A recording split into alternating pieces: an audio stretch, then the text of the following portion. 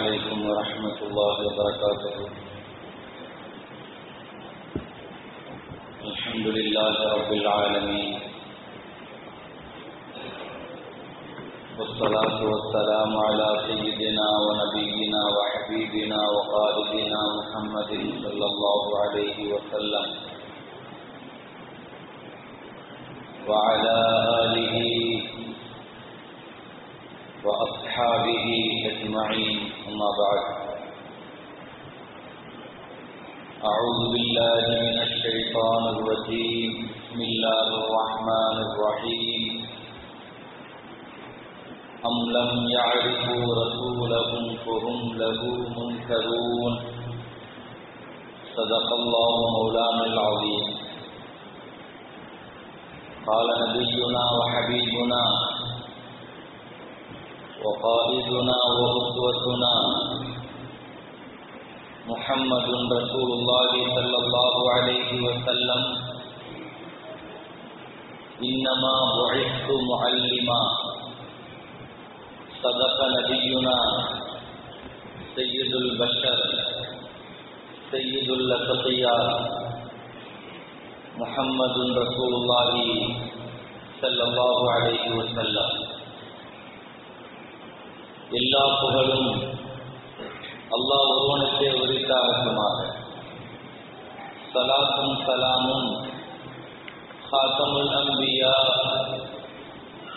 சய்யிதுல் அத்கியா முஹம்மது ரசூலுல்லாஹி ஸல்லல்லாஹு அலைஹி வஸல்லம் அவர்களின் மீதும் அவர்களின் பாக்கியம் நிறைந்த உம்மத்தார்கள் மீதும் என்றென்றும் உண்டாகட்டுமாக. கண்ணியமிக்க முஃமினீன்களே, அல்லாஹ்வுடைய நல்லடியார்களே, தொடர் வாரங்களாக நாம் பார்த்து வருகிற நிகழ்வு கியாமத்தினுடைய அறிகுறிகளும் அழிவுகளை குறித்து நாம் பார்த்து வருகிற தொடரிலே 3 தொடர்களுக்கு பின்னால் 4வது தொடரை நிறைவு செய்வதற்கு முன் கடந்த வாரத்தில் மிக முக்கியமான அன்றைய நிகழ்வுகள் குறித்து பேச வேண்டியதிருந்த காரணத்தினாலும் இந்த வாரமும் அதைவிடவும் மிக முக்கியத்துவம் வாய்ந்த ஒரு விஷயம் குறித்து பேச வேண்டியதிருப்பதாலும் இன்ஷா அல்லாஹ் அந்த தொடர் கியாமத்தினுடைய உலக அழிவினுடைய தொடரின் முடிவு இன்ஷா அல்லாஹ் அடுத்த வாரம் முடித்து வைப்போம். கண்ணியமிக்க முஃமினீன்களே, அல்லாஹ்வுடைய நல்லடியார்களே, உங்களுக்கெல்லாம் தெரியும், ரபியுல் அவ்வல் மாதம் பிறந்திருக்கிறது. இந்த மாதம் நபிகள் நாயகம் ஸல்லல்லாஹு அலைஹி வஸல்லம் அவர்கள் பிறந்த மாதம் என்பதை ஒவ்வொரு முஸ்லிமும் அறிந்து வைத்திருப்போம். நபிகள் நாயகம் ஸல்லல்லாஹு அலைஹி வஸல்லம் அவர்களை பற்றிய நிகழ்வுகளை, அவர்களை பற்றிய செய்திகளை, அவர்கள் இந்த உம்மத்திற்கு தந்த அறிவுரைகளை, அறவுரைகளை எல்லா காலங்களிலும் நாம் கேட்டு வருகிறோம், பேசி வருகிறோம். ரபியுல் அவ்வல் மாதத்திலே மாத்திரம் அல்லாமல் எல்லா காலத்திலேயும் ரசூலுல்லாஹை பற்றி பேசுகிறோம். நபி குறித்த செய்திகளை நாம் அதிகமாக பகிர்ந்து கொள்கிறோம். பொதுவாக அல்லாஹ் குர்ஆனிலே சொல்லுவான், அம்லம் யஅரிஃபு ரசூலஹும் ஃபஹும் லஹு முன்கிரூன். அவர்கள் அவர்களுடைய ரசூலை பற்றி தெரிந்திருக்கவில்லை, அப்படி தெரிந்திருந்தால் அவர்கள் மறுக்க மாட்டார்கள் என்று அல்லாஹ் குறிப்பிடுகிறார். நபிகள் நாயகம் ஸல்லல்லாஹு அலைஹி வஸல்லத்தை பற்றி நாம் அதிகமாக தெரிந்து கொள்கிற பொழுது 2 விஷயம் நிச்சயமாக நமக்கு பயனுள்ளதாக இருக்கும். குர்ஆன் சொல்கிறது, முதலாவது ரசூலுல்லாஹை படிக்க படிக்க நபியினுடைய வாழ்க்கையை நீங்க தெரிய 2 விஷயங்கள் முக்கியம். ஒன்று என்னவென்றால், உங்களுடைய ஈமான் உரமாகும் என்று குர்ஆன் சொல்கிறது. உங்களுடைய ஈமான் வலுப்பெறும், உங்களுடைய ஈமான்ல உறுதி ஏற்படும். நபியை தெரிஞ்சுக்கிட்டவங்க யாரும் ஈமான்ல இருந்து விலக மாட்டாங்க. அல்லாஹ் எந்த அளவுக்கு நபியை நீங்க அதிகமா தெரியுறீங்களோ அந்த அளவுக்கு இந்த தீனில் இருந்தும் ஈமானில் இருந்தும் உங்களுடைய சருகுதல் ஒரு காலத்திலேயும் ஏற்படாது. இரண்டாவது ஒரு விஷயம் என்னன்னா, லவ் அரஃப்துமூஹு லா அஹ்பப்துமூஹு, நபியை நீங்க நீங்கள் தெரிந்து கொண்டால் அந்த நபியை உங்களால் நேசிக்காமல் இருக்க முடியாது. ரசூலுல்லாஹ்வை தெரிஞ்சோம்னா ரசூலுல்லாஹ்வை நேசிக்காம இருக்க முடியாது. ஒன்று ஈமான், இன்னொன்று முஹப்பத். ரெண்டுமே இந்த உம்மத்து மேல பரவான விஷயம். ஈமானும் பரந்து கடமை. இரண்டாவது முஹப்பத், ரசூலுல்லாஹ் மேல அன்பு வைக்கிறதும் கடமை. ஈமான் குர்ஆனின்படி நடப்பதற்கு வழி செய்யும். நபி மேல உள்ள முஹப்பத் அவர்களுடைய சுன்னத்தின்படி நடப்பதற்கு வழி செய்யும். தீனுங்கிறது இந்த ரெண்டோடு முடிஞ்சிருச்சு. குர்ஆனும் ரசூலுல்லாஹ்வுடைய வாழ்க்கையும் எடுப்பதற்கு இந்த ரெண்டு வேண்டும். என்ன தெரியுமா? ரெண்டையும் அல்லாஹ் தெளிவாக சொல்கிறான். நீங்க நபியினுடைய வாழ்க்கையை படிங்கிற அல்லாஹ், ரசூலுல்லாஹ்வுடைய வாழ்க்கையை படிங்க, ரசூலுல்லாஹ்வுடைய சீரத்தை படிங்க. நபியினுடைய வாழ்க்கையை படித்தவர்கள் யாரும் ஈமானை விட்டும் நல்ல சுன்னத்தான வாழ்க்கையை விட்டும் தடம் புரள மாட்டார்கள் என்பது குர்ஆன் ஹதீஸினுடைய சத்தியமான வார்த்தை. நபிகள் நாயகம் ஸல்லல்லாஹு அலைஹி வஸல்லத்தை பத்தி முதல்ல நாம தெரியணும். என்ன தெரியணும்? நபிகள் நாயகம் ஸல்லல்லாஹு அலைஹி வஸல்லத்தை பற்றி எப்படி தெரியணும்? ரசூலுல்லாஹ்வுடைய வரலாற்றை பற்றி பேசுகிற நூல்கள் என்ன என்றெல்லாம் நீங்கள் ஆய்வு செய்தால், நபிகள் நாயகம் ஸல்லல்லாஹு அலைஹி வஸல்லத்தினுடைய காலத்திற்கு பின்னால் இன்னைக்கு 1500 ஆண்டுகள் கடந்து விட்டது. ஆனால் இன்றைக்கு வரைக்கும் நபிகள் நாயகம் ஸல்லல்லாஹு அலைஹி வஸல்லத்தினுடைய வரலாறுகள் பேசப்பட்டு வருகிறது, கேட்கப்பட்டு வருகிறது, எழுதப்பட்டு வருகிறது. இதுவரை அதற்கு ஒரு முடிவு கண்டதாக யாரும் சொல்ல முடியாது. ஒரு மனிதனுடைய வரலாறு இத்துணை தூரத்திற்கு ஒரு பெரிய புரட்சி ஏற்படுத்தும் என்றால் உலகத்தில் அது நபிகள் நாயகம் ஸல்லல்லாஹு அலைஹி வஸல்லத்தினுடைய வரலாறு மட்டும்தான். இனியும் கியாமத்து வரையும் எழுதுவார்கள். எல்லா மொழிகளிலும் நபியை குறித்து எழுதுகிறார்கள். நபிகள் நாயகம் ஸல்லல்லாஹு அலைஹி வஸல்லத்தினுடைய வரலாற்றை குறித்து எழுதுகிறார்கள். இதுவரை யாரும் சொல்ல முடியாது ரசூலுல்லாஹி ஸல்லல்லாஹு அலைஹி வஸல்லத்தினுடைய வாழ்க்கையை நான் முழுசா பேசி முடிச்சிட்டேன், முழுவதுமாக எழுதி முடிச்சிட்டேன் என்று உலகத்தில் யாரும் சொல்ல முடியாது. முழுவதுமாக நான் தெரிஞ்சுக்கிட்டேன் என்றும் யாரும் சொல்ல முடியாது. எந்த காலகட்டத்தில் நபியை குறித்து பேசுவதற்கு செய்திகள் இன்னும் மிச்சம் இருக்கிறது. நபிகள் நாயகம் ஸல்லல்லாஹு அலைஹி வஸல்லத்தை குறித்து பேசுகிற நூல்கள் என்று நீங்கள் எடுத்தால் முதல்ல ரசூலுல்லாஹ்வுடைய வரலாற்று நூல் என்ன தெரியுமா? நபிகள் நாயகம் ஸல்லல்லாஹு அலைஹி வஸல்லத்தினுடைய வரலாற்றை நீங்க படிக்கணும்னா முதல் வரலாற்று நூல் குர்ஆன். ரசூலுல்லாஹ்வுடைய முதல் வரலாற்று நூல் குர்ஆன் தான். நபியை பத்தி நீங்க படிக்கணும்னா, ரசூலுல்லாஹ் யாருன்னு தெரிஞ்சுக்கணும்னா நீங்க முதல்ல எங்க இருந்து ஆரம்பிக்கணும்னா குர்ஆன்ல இருந்து ஆரம்பிக்கணும். குர்ஆன் தான் முதல் வரலாற்று நூல். அது நபிகள் நாயகம் ஸல்லல்லாஹு அலைஹி வஸல்லத்தினுடைய வாழ்க்கையின் ஒவ்வொரு பகுதியையும் அப்படியே பின்பற்றி ஃபாலோ பண்ணி ரசூலுல்லாஹ்வுடைய வாழ்க்கையை பதிவு செய்த நூல் குர்ஆன். குர்ஆனையும் நீங்க ரசூலுல்லாஹ்வுடைய வாழ்க்கையை தனியா பிரித்து பார்க்க முடியாது. குர்ஆன் வேற, ரசூலுல்லாஹ்வுடைய வரலாறு வேற, நீங்க பிரிக்க முடியாது. நபிகள் நாயகம் ஸல்லல்லாஹு அலைஹி வஸல்லத்தினுடைய காலகட்டம் கிட்டத்தட்ட 63 ஆண்டு காலங்கள் வாழ்ந்தார்கள். இதிலே 40 வருஷம் நுபுவத்திற்கான ஆதாரமாக ஆக்கப்பட்டுச்சு. பின்னால் உள்ள 23 ஆண்டு காலம் நுபுவத்தினுடைய ஆண்டு. மிக முக்கியமான இந்த உம்மத்திற்கு தேவையான இந்த 23 வருஷத்துல 10 கொலை முயற்சிகள், 27 போர்க்களங்களுடைய தலைமை, 87 88 போர்க்களங்களை படைகளை அனுப்பி வைத்தது. இவைகளை எல்லாம் தாண்டி இன்னும் ஆங்காங்கே நிறைய கஷ்டங்களும் சோதனைகளும் வடுக்களும். இதை தாண்டி இஸ்லாமிய அரசியல் அமைப்பு, இஸ்லாமிய பொருளாதார அமைப்பு, ஒரு 23 வருஷ வாழ்க்கையில ஒரு நிறைவாக அனைத்தையும் செய்து முடித்து விட்ட ஒரு மனிதரை உலகத்தில் எந்த வரலாற்றிலையும் நீங்கள் பார்க்க முடியாது. நபிகள் நாயகம் ஸல்லல்லாஹு அலைஹி வஸல்லத்தை பற்றி நீங்கள் படிக்க வேண்டுமா? நாயகம் குறித்து அதிகமாக பேசியது குர்ஆன். முதல்ல குர்ஆன் தான் ரசூலுல்லாஹ்வுடைய ஆகப்பெரிய வரலாற்று நூல். நீங்க குர்ஆன்ல நபியை பத்தி எல்லாமே பார்க்கலாம். ரசூல் ஸல்லல்லாஹு அலைஹி வஸல்லம் மக்காவுல இருந்த பொழுது வஹி மக்காவுல இறங்கிச்சு, மதீனாவுல வஹி இறங்கல. நபி மக்காவில் இருந்த பொழுது மதீனாவுக்கு வஹி கிடையாது, மதீனாவுக்கு குர்ஆன் கிடையாது. ரசூலுல்லாஹ் மதீனாவுக்கு வந்த பொழுது மக்காவுக்கு குர்ஆன் கிடையாது, மக்காவுக்கு வஹி இல்ல. மக்கா தான், கஅபா இருக்கிறது, எல்லாம் சிறப்பு தான். ஆனா வஹி இறங்கிச்சா நீங்க சொல்ல முடியுமா? 10 வருஷம் மக்காவுல இருந்த 13 வருஷம் மக்காவுல இருந்தாங்க. ஒரு ஆயத்து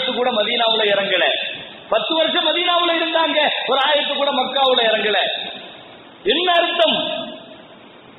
வஹி என்பதும் குர்ஆன் என்பதும் நபிக்காகத்தான், நபியுடைய வாழ்க்கையை பதிவு செய்யறதுக்குத்தான். எங்கள் நாயகம் மக்காவில் இருந்தால் மக்காவிலே வஹி இறங்கும், நாயகம் மதீனாவில் இருந்தால் மதீனாவில் வஹி இறங்கும். குர்ஆன் என்பது நபிகள் நாயகத்தினுடைய வாழ்க்கையை பதிவு செய்ய வந்த நூல், அவ்வளவுதான். ரசூலுல்லாஹ்வுடைய வாழ்க்கையை பதிவு செய்ய வந்த நூல். அதனாலதான் மக்காவில் இருக்கும்போது மதீனாவில் வஹி இறங்காது, தேவையில்லையே. மதீனாவில் யாருடைய வாழ்க்கையை பதிவு பண்றது? குர்ஆனே யாருடைய வார்த்தையும் பதிவு பண்ண வேண்டிய தேவை இல்லையே. சரி, மதீனாவுக்கு வந்த பின்னால மக்காவுக்கு யாரும் தேவையில்லை. குர்ஆனுக்கு மக்காவுல யார் வேண்டுமானாலும் வாழட்டும், எவ்வளவு பெரிய சஹாபி வாழட்டும், எவ்வளவு பெரிய மனிதர் வாழட்டும், குர்ஆனுக்கு அது அவசியம் இல்லை. எங்கள் நாயகம் எங்கிருந்தாலும் அங்கே குர்ஆன் இருக்கும், எங்கிருந்தாலும் அங்கே குர்ஆன் இறங்கும், எங்கிருந்தாலும் குர்ஆன் அங்கு நுழையும். அவர்கள் போர்வைக்குள் இருந்தால் குர்ஆன் போர்வைக்குள் உள்ளே புகுந்து இப்படி பேசும், யா அய்யுஹல் முஸம்மில், போர்வை போர்த்திருப்பவரே என்று குர்ஆன் பேசும். அவர் போர்க்களத்தில் நின்றால் குர்ஆன் போர்க்களத்திற்குள் வந்து பேசும். லகத் நஸரக்குமுல்லாஹ் ஃபீ மவாத்தின கஸீரா வ யௌம ஹுனைன். அவர் போர்வைக்குள் இருந்தால் குர்ஆன் போர்வைக்கு, அவர் போர்க்களத்தில் இருந்தால் குர்ஆன் போர்க்களத்திற்கு. அவர்கள் உச்சி மலையிலே, ஹிரா மலையிலே அவர்கள் ஏறிய பொழுது குர்ஆனும் ஹிரா மலைக்கு ஏறுகிறது. இக்ரா பிஸ்மி ரப்பிக்கல் லதீ ஹலக் என்று அவர் ஒரு மனிதர் கூட நிற்க முடியாத சௌர் குகைக்குள் நுழைந்த பொழுது, சின்ன குகைக்குள் நுழைந்த பொழுது வஹியும் உள்ளே நுழைகிறது. இது யகூலு லிசாஹிபிஹி லா தஹ்சன் இன்னல்லாஹ மஅனா, கலங்காதீர்கள், பயப்படாதீர்கள், நீங்கள் ரெண்டு பேரும் அல்ல, உங்களுடன் அல்லாஹ்வும் இருக்கிறான் என்று குர்ஆன் சின்ன குகைக்குள்ளும் புகுந்து செல்கிறது. இப்பொழுது சொல்லுங்கள், குர்ஆன் என்பது ரசூலுல்லாஹ்வுடைய வாழ்க்கையை பதிவு செய்த நூல். அது அணுவணுவாக பேசுகிறது, அணுவணுவாக பேசுகிறது. அவர் நாவு குறித்து பேசுகிறது, அவர் கண் குறித்து பேசுகிறது, அவர் நெஞ்சு குறித்து பேசுகிறது, அவர் கல்பு குறித்து பேசுகிறது, அவருடைய அத்துணை அங்க அடையாளங்களை குறித்து குர்ஆன் பேசுகிறது. என்ன உறுப்புகளை பற்றி வேண்டும் குர்ஆனுக்கு சான்றே குர்ஆனில் இருந்து தர முடியும். வமா யன்திகு அனில் ஹவா, அவருடைய நாவு பொய் பேசாது, அவர் நாவு இச்சைப்படி பேசாது. மா கதபல் ஃபுஆது மா ரஆ, அவர் கல்பு தடுமாறாது. மா ஸாகல் பஸரு வமா தகா, அவர் பார்வை தடம் புரளாது. குர்ஆன் பேசுகிறது, குர்ஆன் பேசுகிறது. அலம் நஷ்ரஹ் லக ஸத்ரக், உங்கள் நெஞ்சை நாம் விரிவுபடுத்தவில்லையா? குல்ஹு உதுன் கைர், சிறந்த காதை வைத்திருக்கிறார். எல்லா உறுப்புகளை குறித்தும் பேசுகிறது. அவர் கை வைத்தால் அல்லாஹ்வினுடைய கை என்று குர்ஆன் புகழ்கிறது. அவர் கையை அல்லாஹ்வின் கை என்று புகழ்கிறது குர்ஆன்.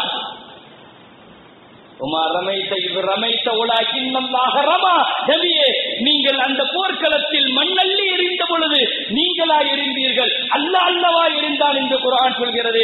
குர்ஆன் நபிகள் நாயகம் ஸல்லல்லாஹு அலைஹி வஸல்லத்தினுடைய வாழ்வை பதிவு செய்ய வந்த அற்புதமான நூல் அது. நீங்க ரசூலுல்லாஹ்வுடைய வாழ்க்கையை படிக்கணும்னா, சீரத்தை படிக்கணும்னா, வரலாற்றை தெரிஞ்சுக்கணும்னா நீங்க குர்ஆன்ல இருந்து தான் ஆரம்பிக்கணும்.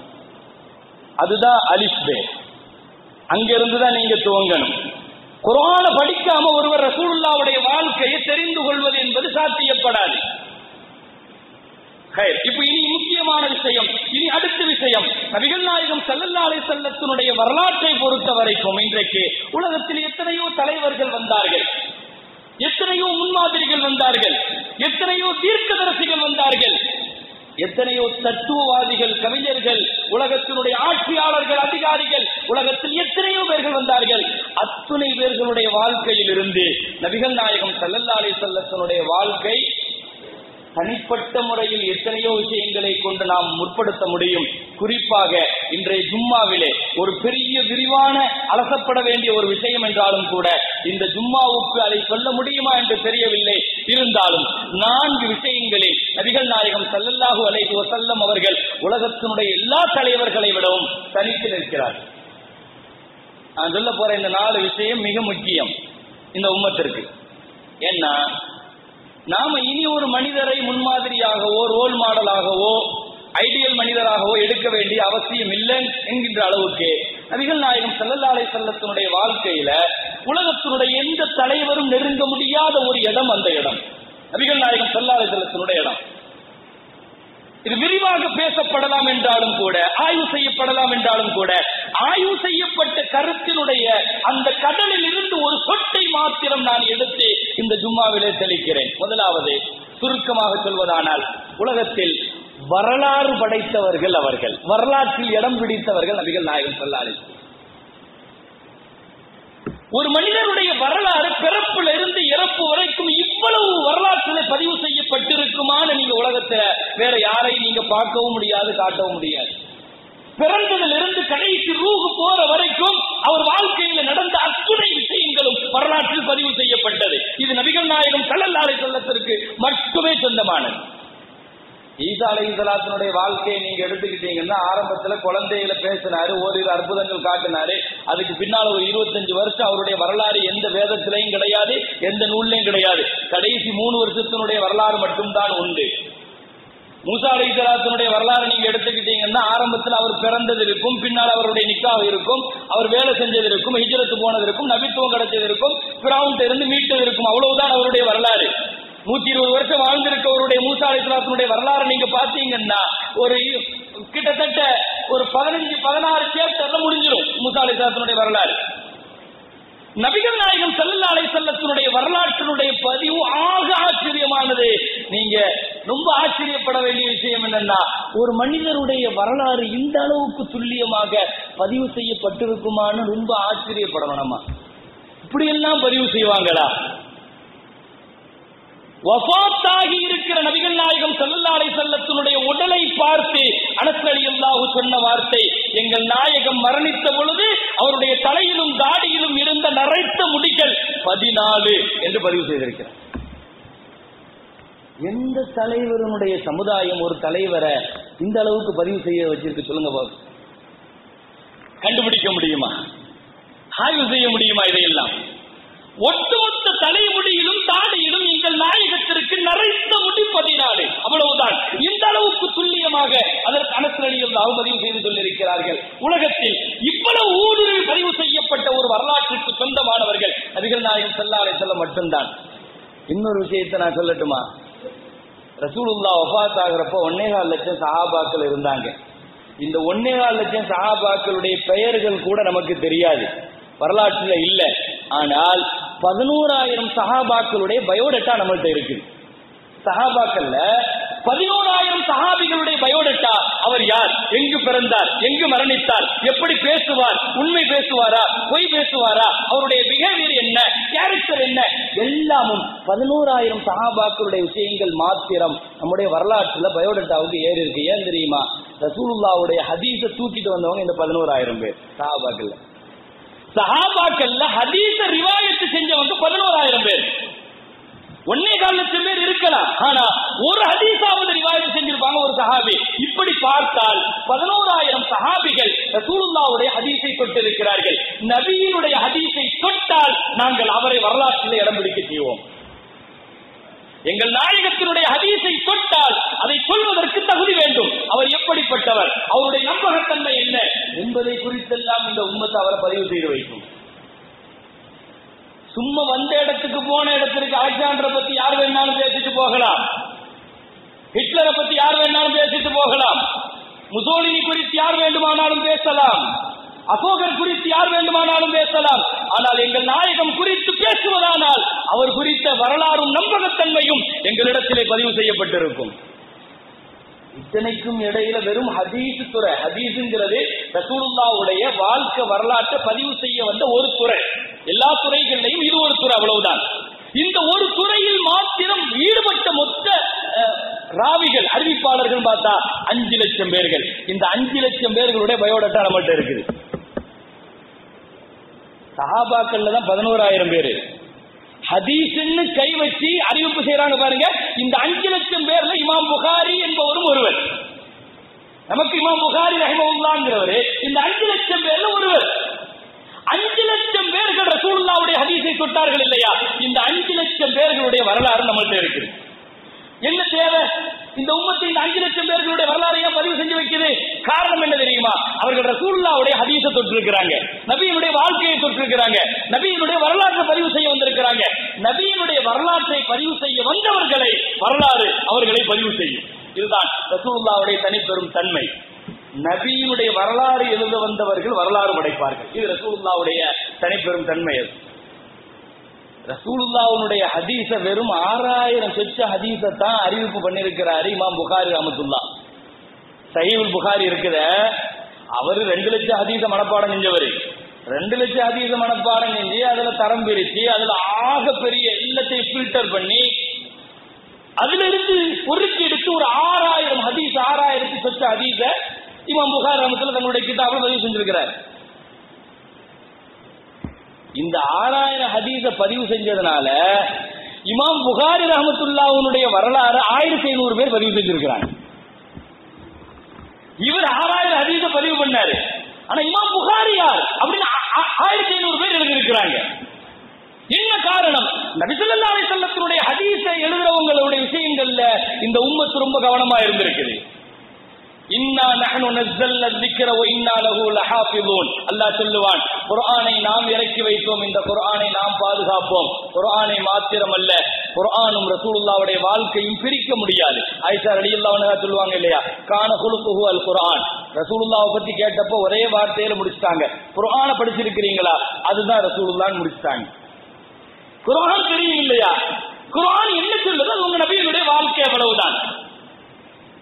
ஒரு ஹதீஸ் துறையை பேச வருகிற பொழுது இத்தனை லட்சம் பேர்கள், அது எத்தனை லட்சமும் இருக்கட்டும், அவர்கள் இந்த உம்மத்திலே வரலாற்றிலே பதிவு செய்யப்படுவார்கள். இதுதான் நபிகள் நாயகம் ஸல்லல்லாஹு அலைஹி வஸல்லத்தினுடைய வரலாற்றில் பதிவு செய்யப்பட்ட அற்புதமான விஷயம். உலகத்துல எந்த தலைவருக்கு அல்லாஹ் அக்பர் மீலாது விழாக்கள்ல நிறைய மேடைகள்ல விதவிதமான தலைப்புகள் கொடுப்பாங்க. இந்த வருஷம் தஞ்சாவூர்ல ஒரு மீட்டிங்க்கு நான் ஒத்துருக்கிறேன். அவங்க ஒரு வித்தியாசமா 12 நாட்கள் ஒவ்வொருவர்களுக்கும் ஒவ்வொரு தலைப்பு. என்னன்னா, ரசூலுல்லாஹ்வுடைய பிறப்புல இருந்து 7 வயசு வரைக்கும் ஒருவர், 7 வயசுல இருந்து வயசு தலைப்பு கிடையாது, 7 வயசுல இருந்து 20, 20ல இருந்து 40, 40ல இருந்து 45, 45ல இருந்து இப்படி வயது வாரியாக பிரிச்சிருக்கிறாங்க. உலகத்துல ஒவ்வொரு மூச்சு காற்றை கூட வரலாற்றில் பதிவு செய்ய வைக்க முடியுமானால், சொல்ல முடியுமானால், ரசூலுல்லாஹ்வுக்கு மட்டும்தான் அது சொந்தம்.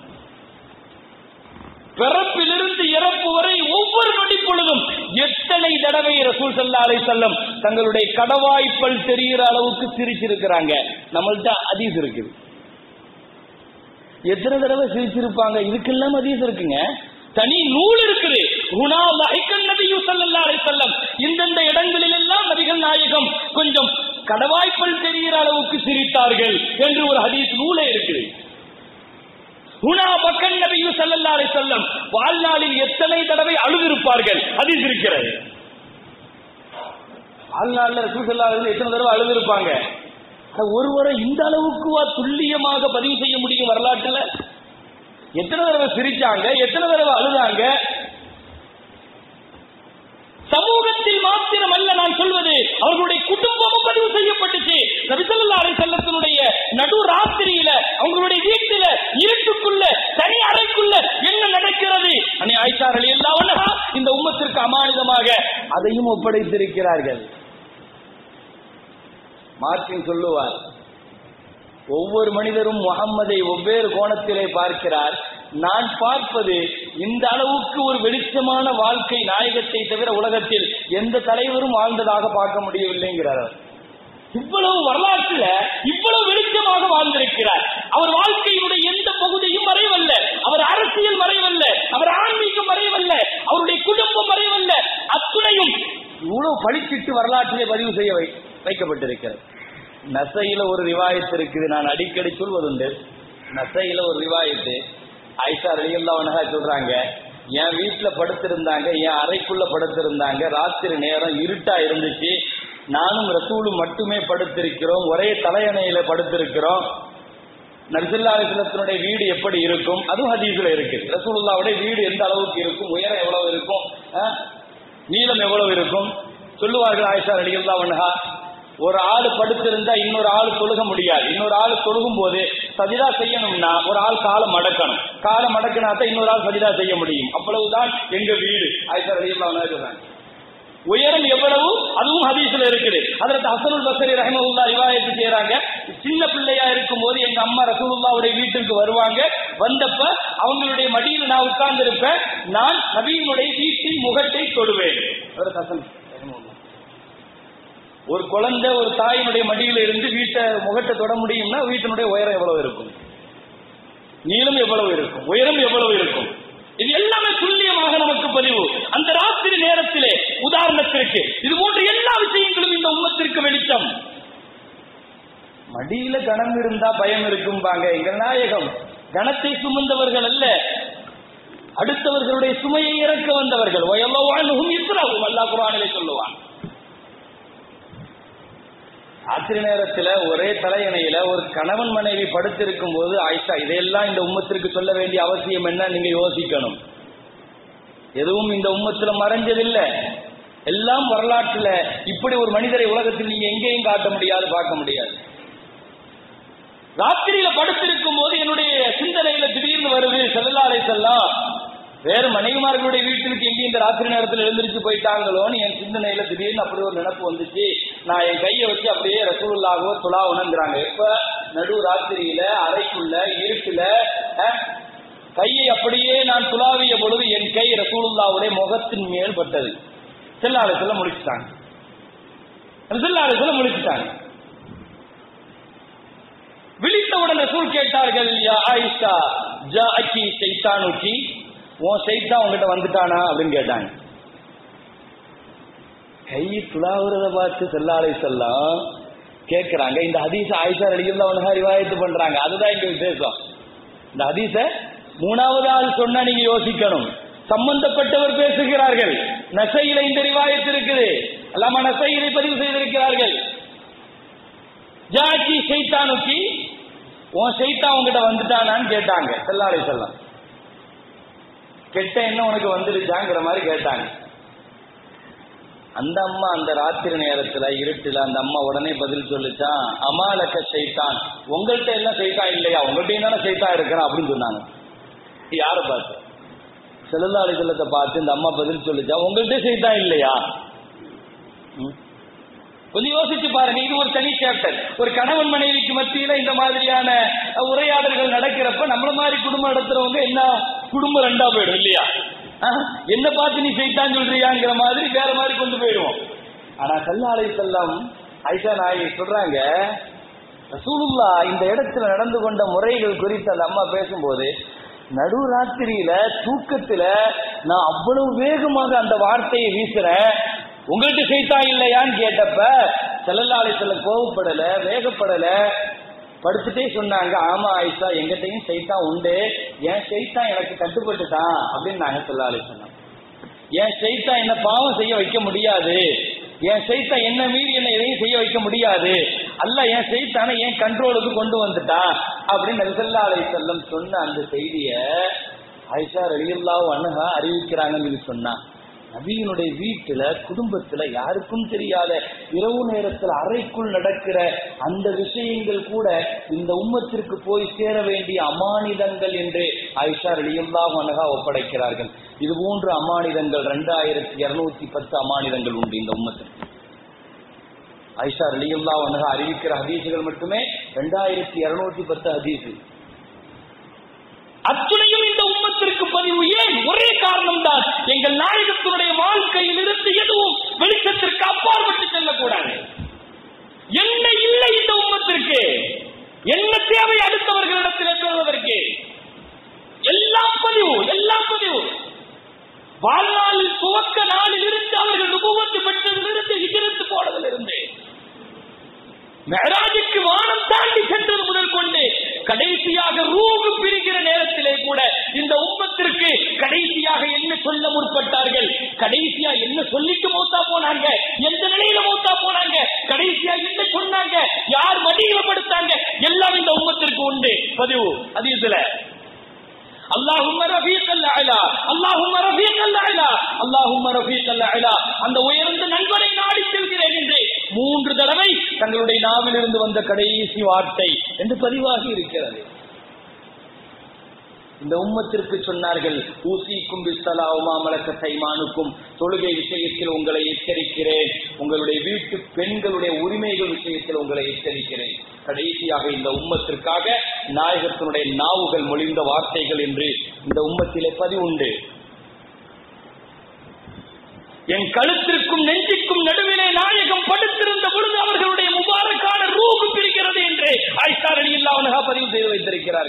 ரூஹு போகிற தருணம் கூட கடைசியாக மிஸ்வாக்கு செய்தார்கள் என்பதும் ஹதீஸிலே பதிவாகி இருக்கிறது. ரசூலுல்லாஹ் செய்த கடைசி இபாதத்து அதுதான்.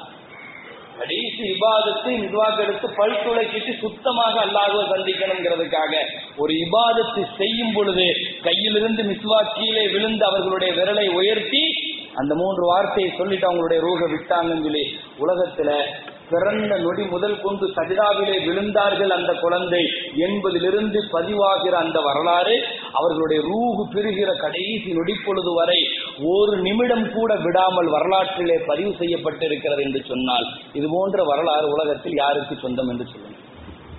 நான் அதுதான் ஆரம்பத்திலே சொன்னேன். நபிகள் நாயகம் ஸல்லல்லாஹு அலைஹி வஸல்லத்தை குறித்து நான் 4 தகவல்களை தர வேண்டும்.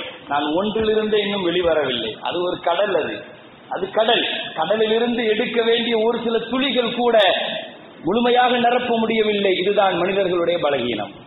நபிகள் நாயகம் ஸல்லல்லாஹு அலைஹி வஸல்லத்தை குறித்து இன்ஷா அல்லாஹ் இனி உள்ள 3 விஷயங்களும் நான் தொடர்ந்து பேச வேண்டும். வரக்கூடிய நாட்களில் ஜும்மாக்களில் இன்ஷா அல்லாஹ் இது குறித்து இன்ஷா அல்லாஹ் அலைஹிஸ்ஸலாம் எல்லாம் வல்ல ரப்புல் ஆலமீன் நபிகள் நாயகம் ஸல்லல்லாஹு அலைஹி வஸல்லத்தை குறித்து அவர்களுடைய தகுதிக்கு ஒத்தவாறு அல்லாஹ் எப்படி புரிய வைத்தானோ, எப்படி சொன்னானோ அதை முறையாக புரிந்து கொள்வதற்கு நசீப் அல்லாஹ் நமக்கு எல்லாம் தந்தல்வானாக.